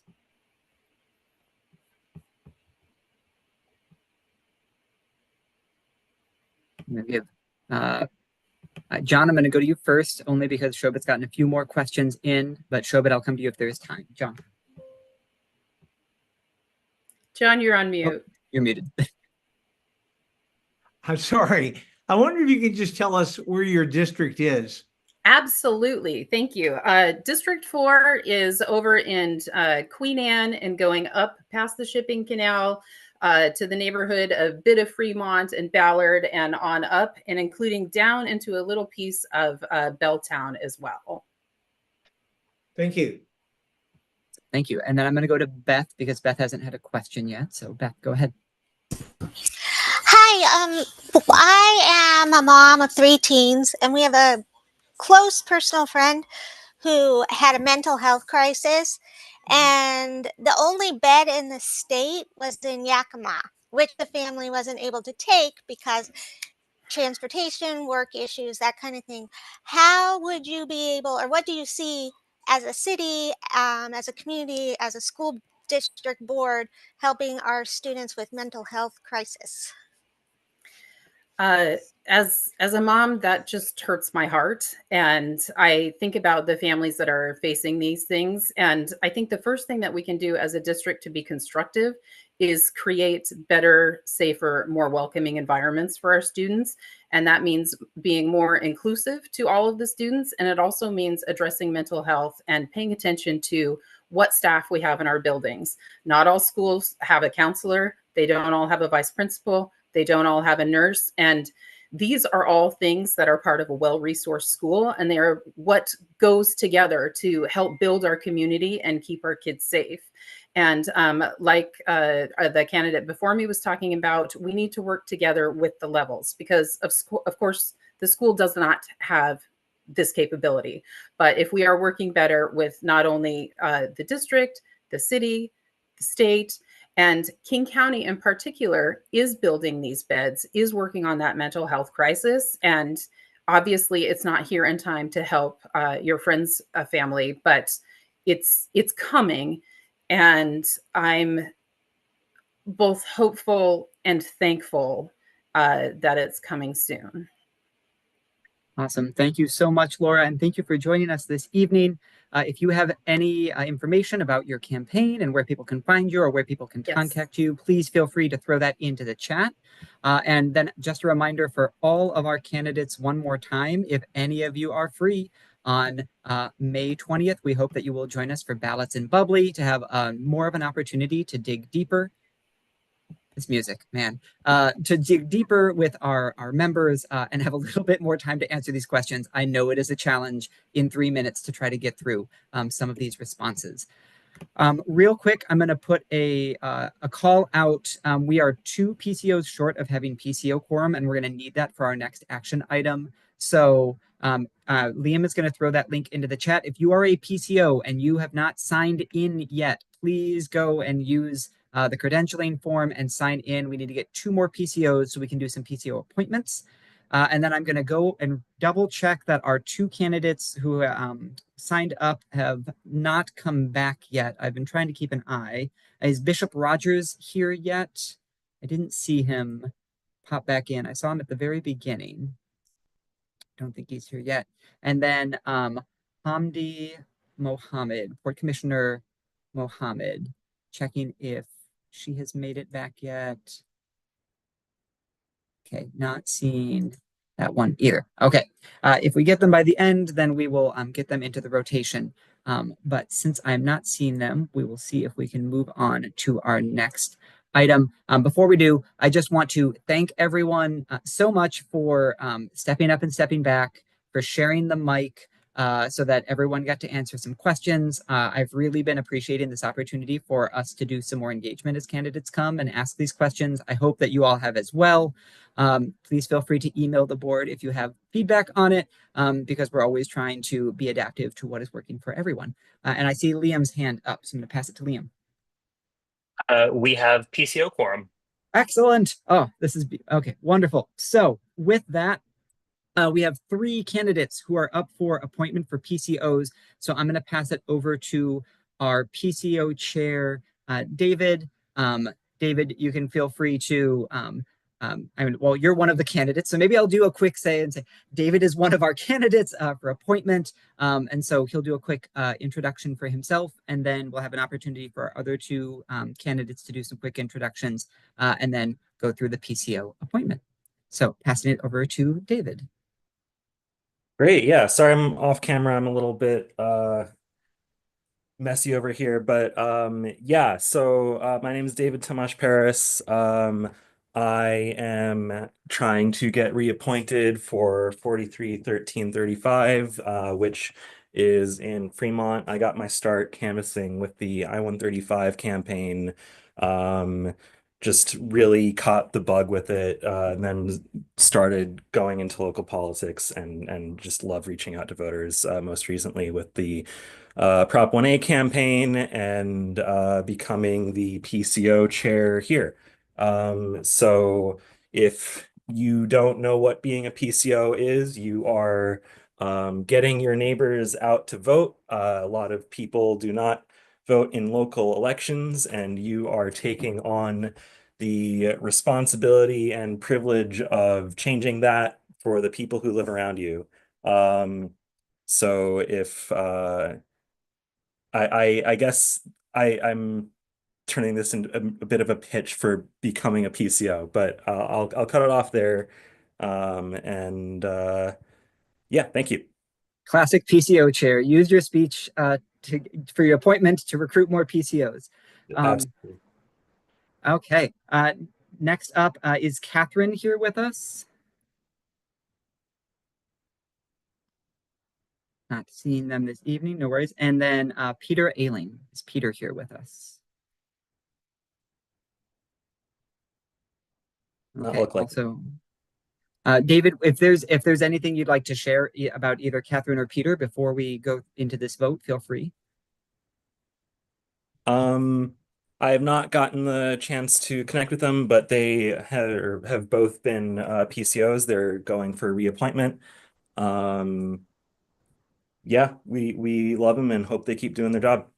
Excellent, good to know. Okay, so with that, I would entertain a motion to confirm our 3 PCOs. I will throw their names and precinct numbers into the chat for everyone, but I would entertain a motion to appoint our PCOs by acclamation. I see so moved by Amy.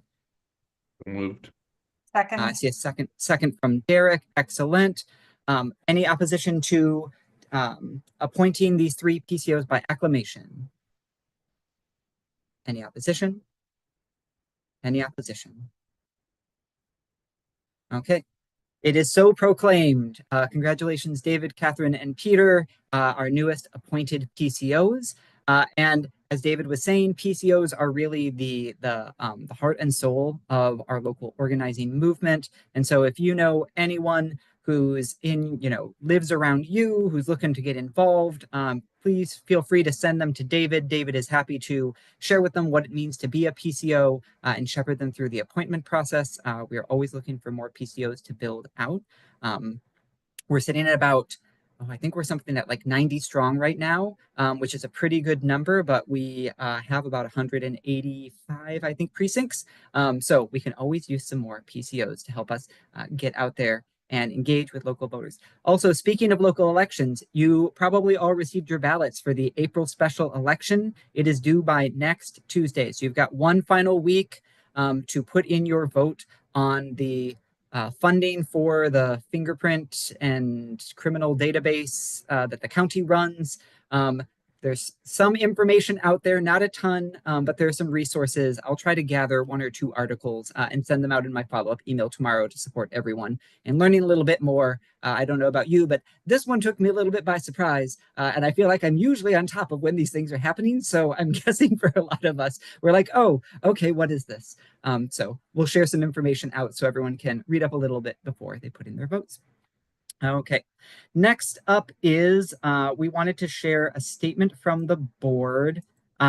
You might remember that back in February, we passed a resolution that called on Governor Ferguson to support a wealth tax.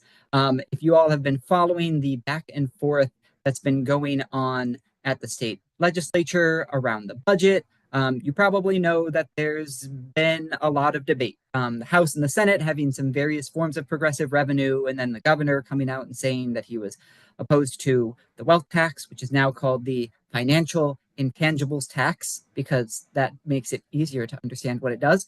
And there's a whole bunch back and forth around how we're going to solve the state's budget hole. And so the board is just putting out a statement reiterating where the 43rd has stood before, that we support progressive revenue as a solution to our budget deficit over removing services and furloughing state workers. We have some different calls to action in there. We've got the governor's phone number if you want to give him a call. We've got a link so that you can send him a message. And we also have a form letter if you want some talking points, or you just want the easiest lift action of just putting your name onto a form letter. All of those actions are in the in this statement, and we encourage everyone to pick the one as a highlight. The more effort you put in, the more that it does impact lawmakers. But we want to give people a variety of options so that we can all speak out and let the governor know that we support progressive revenue. We want to see him support progressive revenue, both the intangibles tax as well as some of the other forms of progressive revenue that the House and the Senate are considering as they figure out their final budget. So putting out that call to action, I will send out this statement as well as the link to that form letter in our follow-up email tomorrow as well. Yeah, Linda. I understand there was a state Supreme Court decision that allows the tax to be levied on funds held by nonprofits in their endowments. Does this legislation take that off the table, or do you know? None of the progressive revenue in any of the current budgets I've seen would touch any of that money. The main sources of progressive revenue that we've seen have been the wealth tax, or what they're calling the financial intangibles tax, which is essentially tax on wealth. That's this would be stocks and bonds specifically. They narrowed it down because they wanted something that was easy to measure. There's this discussion around removing a loophole for large businesses like Amazon that currently get capped on what their business taxes are. So removing some of those loopholes. There's some taxation around carve-outs and tax, like different tax breaks that were passed for specific policy areas that a whole committee got together and was like, these aren't really doing anything. We don't need these anymore. So repealing a bunch of those. There was a discussion around a version of the jumpstart tax for the state level. The latest version, and as of today, the latest version that just got dropped around what I think the Senate is thinking of doesn't have that. But there's still a lot of discussion around that as a potential. So there's a lot of different options there, but none of them so far have really been aiming at nonprofits or endowments or anything along those lines. And most of them have been, actually all of them have been really targeted at large businesses or wealthy individuals. The main framing that I've seen from both the House and the Senate is that they're really trying to right-size our tax code because as we all probably know, we have the second most regressive tax code in the country. And so anything that we can do to try to shift that and at the same time try to solve our budget gap is what we're aiming for.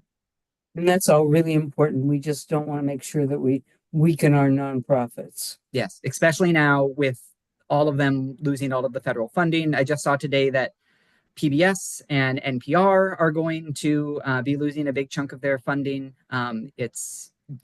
We need to make sure that our nonprofits are getting as much support as they can right now because we know it's not coming from the federal level. Okay. Next up is we're going to talk a little bit about committees. So you probably saw in our follow-up email after last month that we have relaunched a couple of our different committees. Let me do a quick screen share for you so you can all see. Here we go. Some of the different committees that we've got that have been relaunching. We have our Policy and Advocacy Committee, which has already had its first meeting. This is a committee that is, well, I'll tell you what they all do in a second. Our Mutual Aid Committee, our Meeting and Events Committee, our Membership Committee, Communications Technology, and then our PCO Committee is, of course, for people who are PCOs.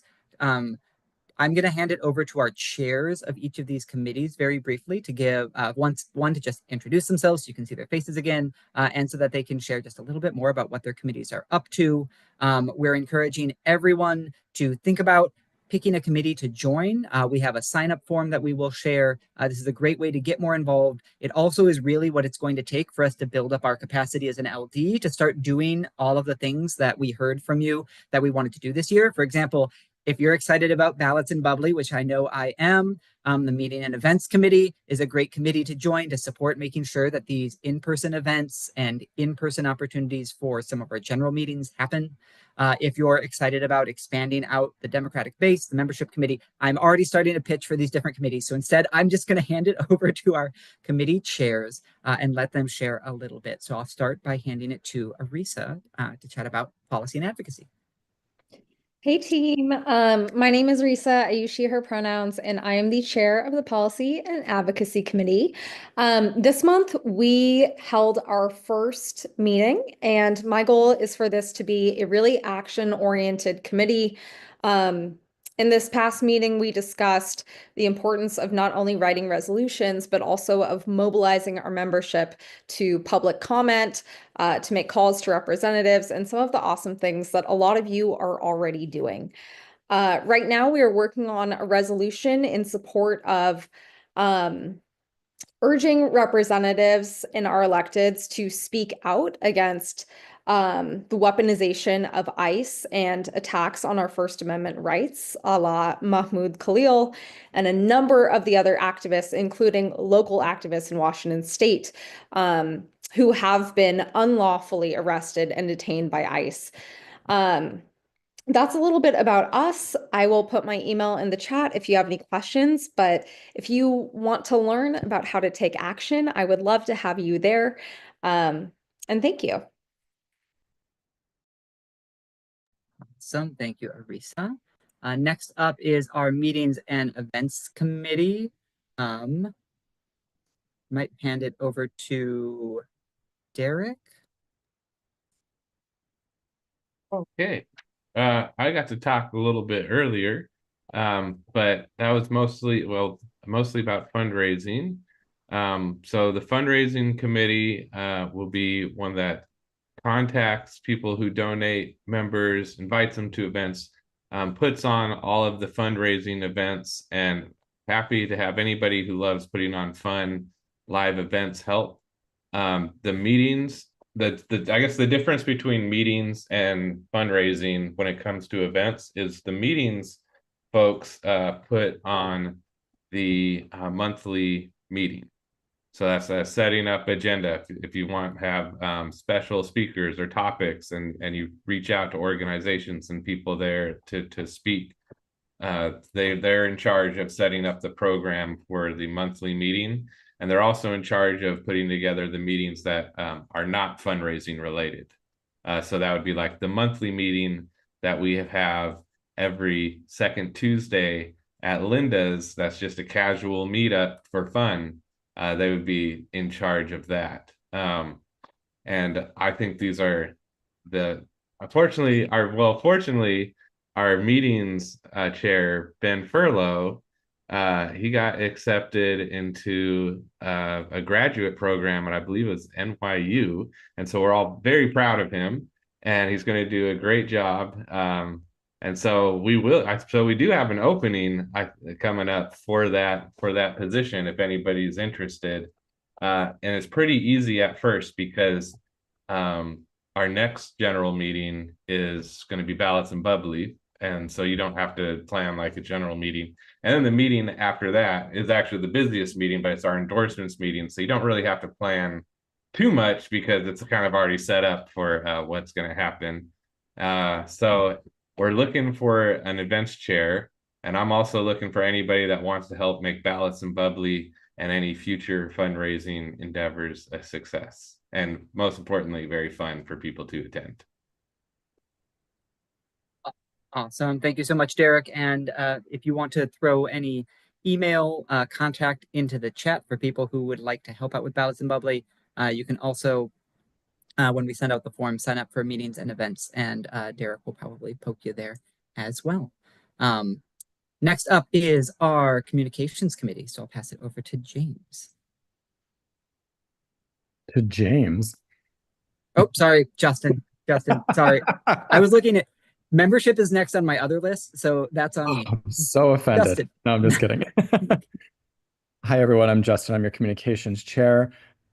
So right now, we are really wanting to expand out our social media opportunities for organizing and working with the other committees to attract more people to the 43rd and to be more involved. And so I'm looking to build out the committee with opportunities for social media, people who want to attend events or canvassing events, take photos and videos, and kind of build out more of an interactive on the spot, presence on Instagram and TikTok and things like that to kind of attract more people to the 43rd and to get them involved. So that's kind of the main focus of what I would really like to bring onto the committee right now, as well as people who are interested in updating the website on an iterative process. We've got a lot of overhauling of the website that's going to be happening this year. I also am responsible for writing press releases, official statements from the board. And so anyone who wants to be involved in that, come join this committee. I'm looking forward to the year ahead. Awesome. Thank you, Justin, our amazing communications committee chair. Now I'll pass it to James for the membership committee. Okay, yeah, I'm James, chair of the membership committee, and our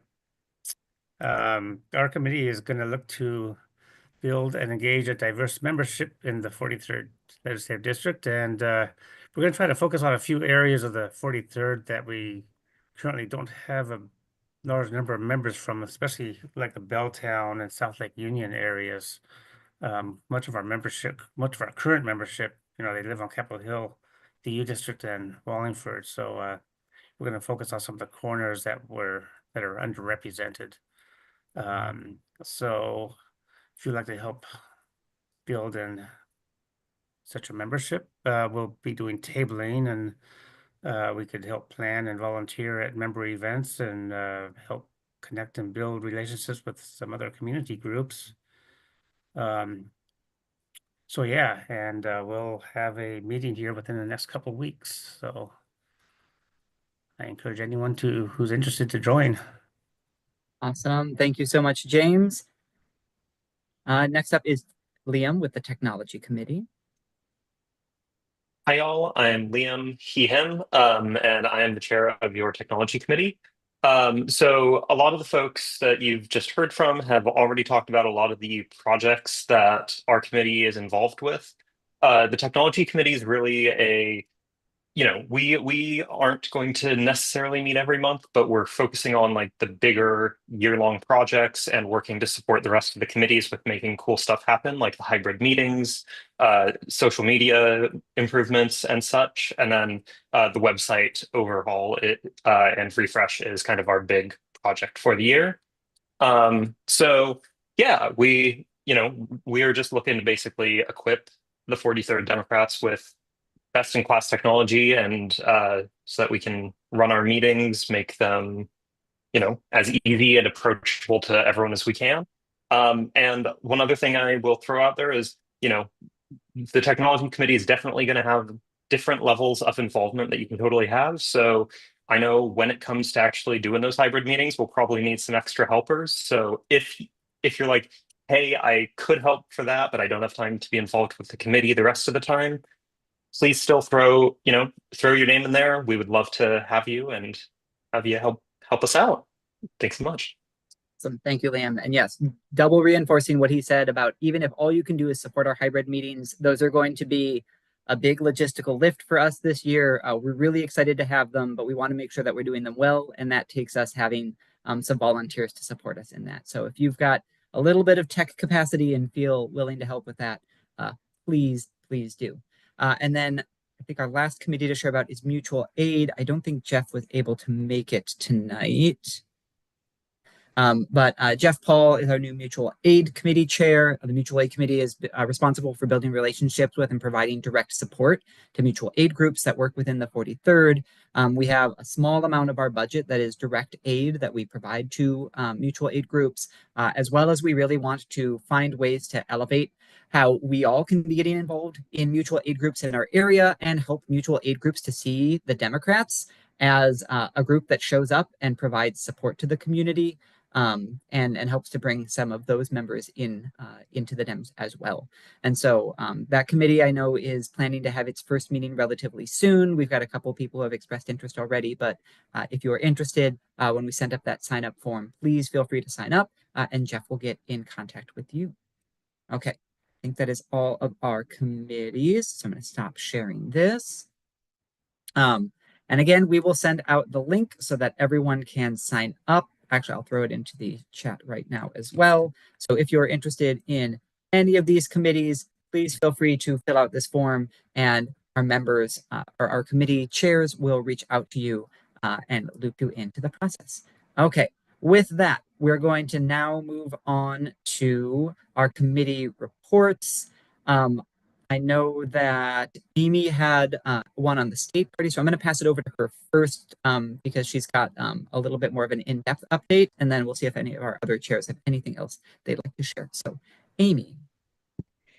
Hi, everyone. And sorry I'm off camera. I'm a little under the weather tonight, but we have a really important thing to talk about tonight.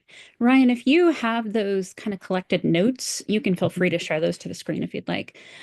Several local progressive party leaders have been discussing and kind of writing down some notes about this topic. So what we're going to talk about is something called the Delegate Selection and Affirmative Action Plan, the DSAP. This is the draft 2026 rules. These rules govern the way that we as Democrats select the Democratic presidential candidate. And it also governs the way that we as party members get to have a voice in the state convention process and to set the priorities for our communities and set priorities on the issues that we care about. So there is a feedback form, a Google feedback form that is due this Friday, April 18th at 5 p.m. And Ryan can put a link to that in the chat. And you can also read the full text of the DSAP as well. We have a link to that as well. But just a little bit of background on why you may want to be submitting feedback. And I really do encourage every single one of you to do that. There's a lot to go over. Let me think about this. So last time around, you may remember that Sophia Lee and our former King County Dems rep and I did months of organizing around the DSAP and trying to help people be heard and trying to bring up concerns that we had with the plan at that time. Sophia wrote a program to help folks get their comments into the Rules Committee. However, a lot of those comments were thrown out because those comments were perceived as coming from a forum, as opposed to, folks saying things that were completely different from each other. We saw that as an accessibility issue. We know that we help facilitate people being able to get the feedback, but so we won't be able to provide talking points this time, but we hope that the information that I guess we can send out in a follow-up email as well, Ryan. We hope that information will help you to provide feedback to the state party. So a note about the state convention: the Washington State Democrats hold a convention every 2 years. In even-numbered years, in the presidential election years, the delegate selection deals primarily with selection of delegates to the national convention. The main business of the non-presidential election year for state convention is adoption of a platform and resolutions and approval of any submitted amendments to the state party bylaws and state party charter. So again, this is the way that we, as Democratic Party members, get to have a voice in setting the priorities for the state party. So some key structural changes in the 2026 draft is that there will be fewer delegates overall. So fewer ways for Democratic Party members to be able to go to state convention. There's going to be changes in the bonus delegate allocations. They've separated the platform and resolutions committees, which is a very positive change in my opinion, because our poor platform committee had weeks and weeks of 40+ hour work, and it just wasn't sustainable. It's also making a change that the state party chair will appoint a platform draft committee that meets first. And I'm going to speak more on that in just a moment. And it has the state chair appointing 10 members to each convention committee. Yeah, so, I mean, the overall takeaway, the thing that a lot of progressive leaders are having kind of concerns about with this DSAP is that I've always been a grassroots up advocate in all the work that I do in the party. I believe that the power should be as much in the hands of the people as possible. And I'm always going to question any move toward more of a top-down power structure. And I know a lot of other people are doing that as well. So one of the first changes, so there's one rule that they're looking at passing that would allow for the chair to make changes to the DSAP after approval by the state committee. That approval won't go through the state committee. And there's a lot of questioning of why do we need to make that change? Why not bring those changes to a vote by the state central committee? So in this plan, also each legislative district will get 15 elected delegates, which is 5 fewer than in 2024. So we're questioning that change. There's also some inconsistencies in some of the rules. We'd like to ask that the Rules Committee clarify whether they're going to go with 0 to 5 delegates per each LD as stipulated in one section of the DSAP, or whether they're going to go with the lines from a different appendix. We'll include this in the email to you all, but we're asking that you ask the Rules Committee to clarify which section they're going with. As for affirmative action delegation allocation, so what they're looking at changing is making that allocation of bonus delegates for reaching affirmative action goals. They're going to base it on the previous delegation as opposed to where you are in 2026. So you may remember from last time, after your initial elections, every LD was assessed for how diverse is your delegation so far, what needs to be fixed. And then there was a process to add more delegates. They're changing it so that it's based on 2024. And the area of concern here is that we believe that the bonus delegates for 2026 should be awarded based on meeting the affirmative action goals for 2026. While the goal is for LDs to continue to fulfill their AA goals, there's no requirement or incentive for them to do so if we're not looking at 2026 numbers. If they already have 25 delegates to fulfill their goals, that could result in LDs with less diverse delegations in 2026. So there's no guarantee that the system will remain in place going forward. So there's no guarantee of reaching the goals for 2026. So this is just something that, we're really hoping to fix. Also, they're doing something where they would like to establish a new waiting period for new LD members to vote, regardless of LD bylaws. So again, that's moving toward more of a top-down structure as opposed to grassroots up. I believe that each legislative district should be able to make their own rules related to this, or a lot of leaders believe that. Also, they are looking at changing the calendar, the amount of time between filing for delegate and closing. So in 2025, there was nearly a week between filing and closing. And it's incredibly important to have at least a week because you're spending a lot of LD leaders like myself or Ryan, you're spending that week on the phone talking to more underrepresented community members, telling them about what it means to be a delegate, trying to help underrepresented folks, especially to sign up. One day is a very short turnaround. Another thing about the week period is that it allows all the folks in the membership to get to know the candidates. You have a week to kind of start putting together your list of people you're going to vote for. 24 hours is really tough. And where it's really tough, especially, is that this is especially an issue for religious Democrats. So for some, the Sabbath begins at sundown on Friday through sundown on Saturday. So they'll be very unlikely to read up on the candidates until the voting window opens. And then for others, they celebrate the Sabbath all day Sunday, so they won't be able to vote at all. So we're really hoping to fix this so that it's a week. Folks have at least a good week to file and vote, and extended periods that are more inclusive of more folks. I'm not going to talk about platform resolutions separating because that's kind of a no-brainer. And Amy, when is the deadline for people to get this feedback again? It's the 18th.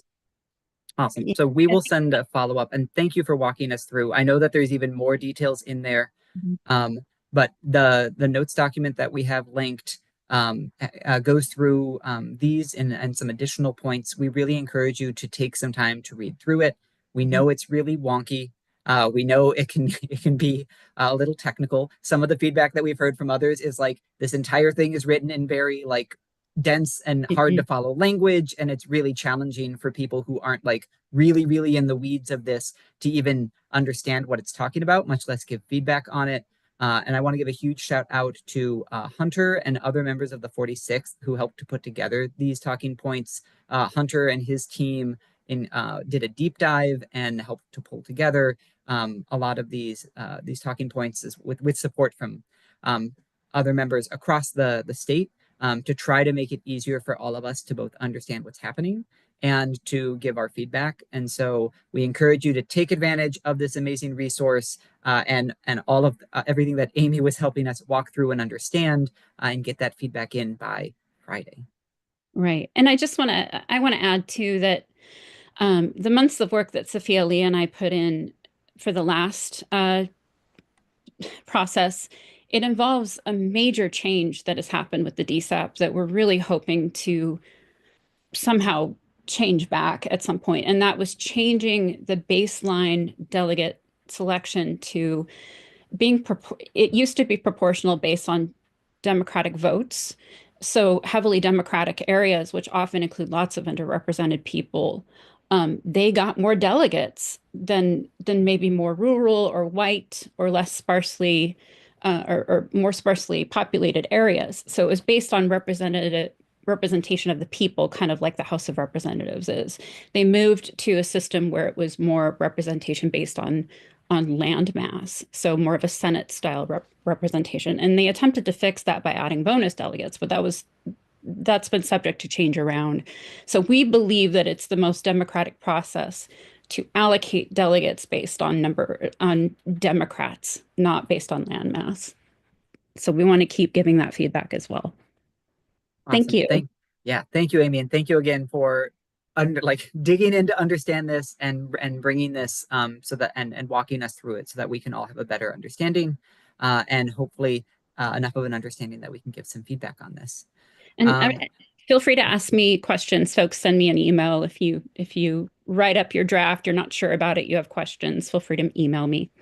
Awesome. Thank you, Amy. Thank you as always for supporting us in always the most technical things that we're doing around the process. Okay, checking in with any of the other committees to see if anyone else has a committee report to share. Yeah, Justin. Hey, everyone. I just wanted to quickly let y'all know that we are no longer going to be active on Twitter and X. We've made that decision due to Elon Musk's involvement with this administration and the content that's posted on that site. So we will no longer be active there, but we have built out a new Blue Sky account and that we will be primarily posting there as opposed to Twitter. And we are still posting on Instagram and Mastodon. We are going to keep our Facebook active. We won't be posting there as often, but if there's something very important that needs to be posted, we will still post there. And the 43rd Forum will still be active. So I'm quickly posting these links, which are also now on our website and live as well, into the chat so that everyone can go add us on those social media channels. Thank you. Thank you, Justin. And thank you for the members of the comms committee who got together to have that very thoughtful discussion around how we wanted to manage which platforms we're on and how we balance meeting people where they're at so that we can engage with them with not providing support to Musk and the oligarchs. Any other committee chairs who have an update? Okay. Ryan, is this where King County reps will? Yes, feel free, step in. Great, thank you. Hi, I'm Charlotte Kane Emerald. I'm one of your representatives at the county. I'm also on the endorsements committee, and the endorsements committee has been very hard at work. I want to say a special thanks to Dean Rodenbaugh, who is the vice chair of the county endorsements committee.